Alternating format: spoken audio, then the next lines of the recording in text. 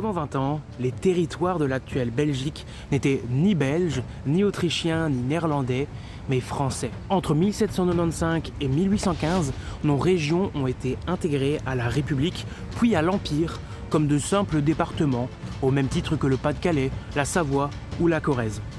Cette parenthèse est très courte à l'échelle de l'histoire de Belgique et de France. Ce qui n'empêche pas certains de nos homologues français de clamer que nous ne sommes toujours qu'une sorte de département de France, alors qu'on a, par exemple, été espagnol pendant plus de 150 ans, sans que des Espagnols viennent dire aujourd'hui qu'on est encore espagnol. Pour autant, cette période a profondément transformé l'organisation politique, sociale et juridique du pays. Comment en est-on arrivé là et qu'est-ce que cela a changé pour les habitants? C'est ce que nous allons voir dans ce deuxième épisode de Mini Belgica.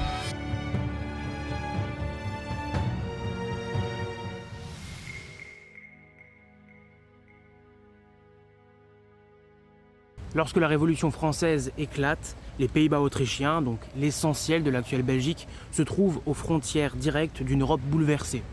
En 1792, la France occupera militairement nos territoires, mais n'aura pas réellement le temps d'annexer ceux-ci, c'est-à-dire faire passer un territoire sous sa souveraineté grâce à un traité. Car en effet, l'Autriche reprendra le contrôle de nos territoires dès 1793. Ça veut dire qu'ils n'ont pas eu le temps d'avoir un impact durable sur notre société. Mais très vite, dès 1794, l'armée révolutionnaire remporte une série de victoires décisives, notamment à Fleurus et à Sprimont. Les troupes autrichiennes se replient et les Français occupent durablement le territoire. Cette occupation n'est d'abord que militaire, comme en 1792, mais dès la fin de l'année 1794, les autorités républicaines commencent déjà à appliquer leur administration, leurs taxes et leurs lois, comme si les provinces conquises faisaient déjà partie de leur territoire souverain. En 1795, un pas décisif est franchi.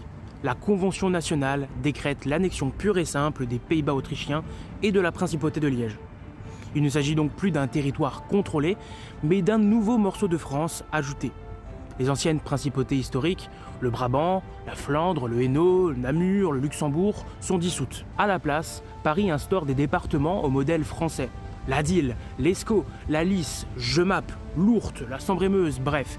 Leur découpage ignore volontairement les frontières médiévales et les particularismes locaux. Car la République cherche des unités administratives rationnelles, standardisées et entièrement soumises au pouvoir central. Dans la foulée, les institutions de l'Ancien Régime disparaissent. Plus d'États provinciaux, plus de privilèges, plus de souveraineté locale. Les Pays-Bas autrichiens cessent d'exister en tant qu'entité politique. Pour la première fois depuis le Moyen-Âge, ces territoires sont pleinement intégrés à un ensemble étatique unifié, gouverné directement depuis Paris. C'est une rupture profonde. En quelques mois, l'ordre politique qui avait structuré la région pendant des siècles s'effondre et un nouveau cadre s'impose, porté par l'idéologie révolutionnaire et la volonté d'uniformisation de la France.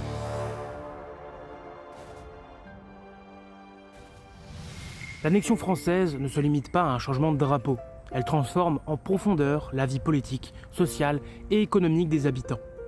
Dès 1795, la République applique aux nouveaux départements un ensemble de réformes qui rompent clairement avec les usages de l'Ancien Régime. La première rupture est juridique. Les privilèges provinciaux, les droits féodaux et les multiples particularismes locaux sont abolis, sans nuance. L'objectif ici est d'uniformiser l'ensemble du territoire et de placer tous les citoyens, en théorie, sous un même régime légal. Cette volonté d'homogénéisation s'exprime aussi dans l'administration. Les municipalités sont réorganisées, les tribunaux restructurés et les registres modernisés. Sous le Consulat puis l'Empire, cette démarche culmine avec l'introduction du Code civil, un corpus juridique cohérent qui met fin à la mosaïque de coutumes locales. Pour les habitants des anciens Pays-Bas autrichiens, habitués à une grande diversité de pratiques, cette centralisation constitue un changement considérable dans la gestion de la propriété, de la famille et des contrats. Sur le plan économique, la révolution industrielle du bassin huilé wallon en fait une des régions les plus prospères d'Europe.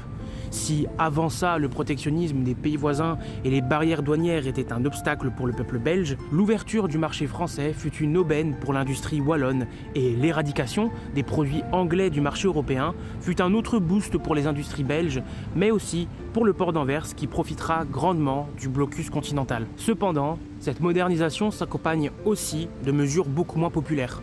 l'impôt devient plus strict et plus élevé qu'auparavant, ce qui crée un sentiment d'oppression fiscale. La conscription obligatoire en particulier provoque une hostilité massive. Pour beaucoup de familles rurales, l'idée d'envoyer leurs fils combattre pour une république lointaine est inacceptable. Cette tension débouche en 1798 sur la guerre des paysans, une insurrection violente qui, bien que rapidement écrasée, marquera durablement les esprits.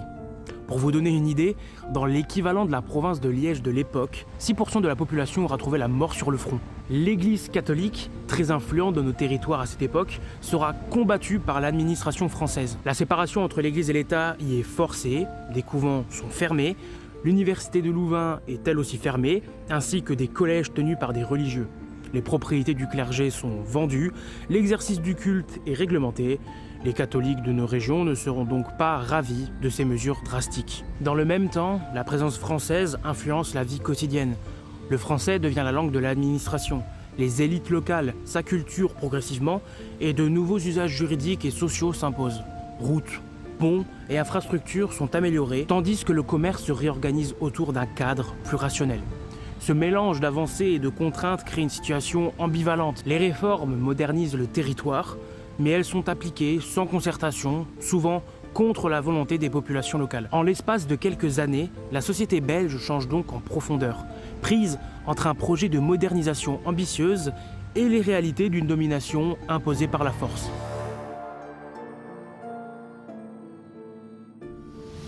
Lorsque l'Empire français s'effondre en 1814 et 1815, les troupes coalisées entrent dans les anciens départements français en Belgique et y rétablissent une administration provisoire. Officiellement, la présence française prend fin.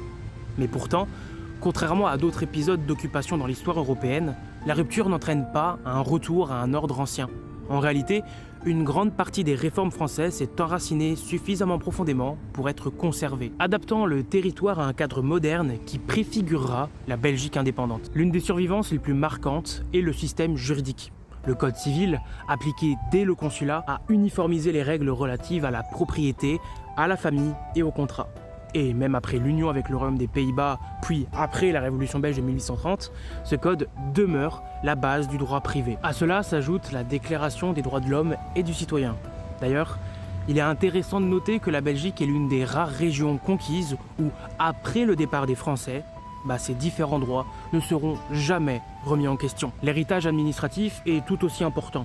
Les structures départementales disparaissent formellement, mais la logique de centralisation et de standardisation introduite par la France influence durablement la gouvernance du pays. L'État belge, né en 1830, conserve cette culture administrative. La hiérarchie, la précision des registres, l'uniformité des procédures et même la figure du gouverneur provincial trouvent leur origine dans cette période de 20 ans. Dans un pays longtemps fragmenté par des traditions locales, cette cohérence nouvelle constitue un tournant majeur. Le paysage socio-économique porte également l'empreinte française.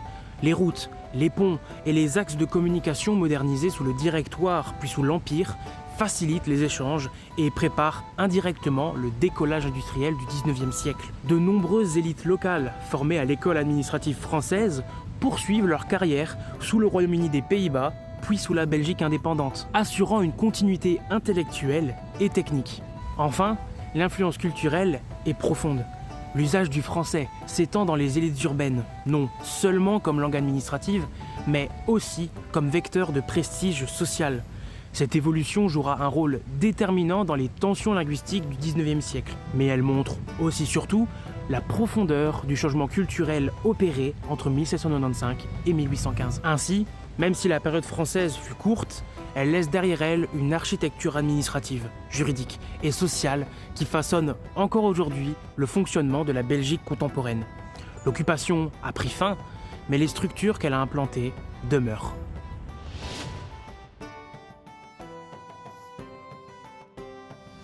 En l'espace de 20 ans, la présence française a profondément remodelé les anciens Pays-Bas autrichiens. L'annexion de 1795 a fait disparaître des institutions séculaires remplacées par un appareil administratif centralisé et uniformisé.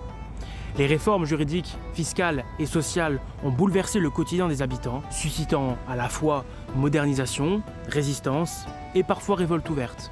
Et lorsque l'Empire s'effondre, nombre de ces transformations demeurent en place, intégrées presque naturellement dans l'architecture du futur État belge. Cette parenthèse française fut courte, mais aura beaucoup d'influence sur le futur de la Belgique. Elle a accéléré la transition vers un modèle d'État moderne, rationalisé et hiérarchisé, dont la Belgique indépendante héritera largement. Sans cette période, le pays n'aurait sans doute pas connu la même trajectoire institutionnelle, ni la même vitesse d'évolution au XIXe siècle. Ainsi, la Belgique n'aura été française que durant 20 ans, mais cette génération aura suffi à laisser une empreinte structurelle durable sur son histoire. Merci beaucoup de m'avoir suivi pour ce deuxième épisode de Mini Belgica, et s'il vous a plu, n'hésitez pas à liker, à partager et à vous abonner à cette chaîne si ce n'est pas déjà fait. Et on se retrouve le mois prochain pour un nouvel épisode de Nova Belgica sur la Révolution belge.